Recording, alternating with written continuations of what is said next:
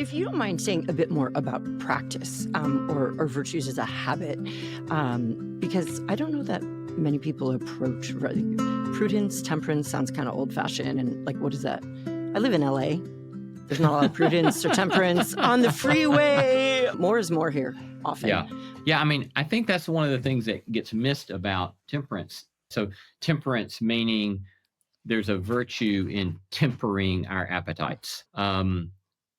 And again, for many, most of the virtues, they're seen again as a mean between too little and too much, right? So if you don't have enough temperance, then you fall into a sort of indulgence that becomes an addiction, that becomes a great weight around your neck of your life, and you simply can't live well if you're kind of fall into the pit of indulgence. On the other end is abstemiousness, or a sort of asceticism where we're afraid of pleasure. And in the virtue traditions, it's crucial to see that temperance is not about constraining. Temperance is about enjoying pleasure more. It's about enjoying pleasure rightly.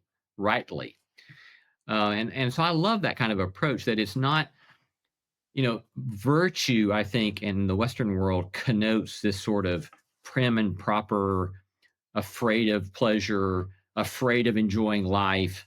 That pleasure's a danger, but actually, it's quite the opposite. It's saying, "Oh, a life of virtue is a life of enjoying life rightly, and you're gonna enjoy it more if you learn to enjoy it rightly." I was a teetotaler. Um, I really didn't start drinking with any kind of um, regularity until I moved back to Nashville, and we had a group at church, and so whenever we would get together for dinner, we'd have wine, and I thought I like this. And I've learned to like craft beer a lot, and I really enjoy craft beer, and I've learned a lot about beer. And I drink 3-4 beers a week, and I love it. I enjoy it greatly, um, and I couldn't do that previously because I was on Mm. the abstemia side. But now Mhm. I've found all sorts of goods, all sorts of sociability, all sorts of wonderful experiences out of simply enjoying a beer.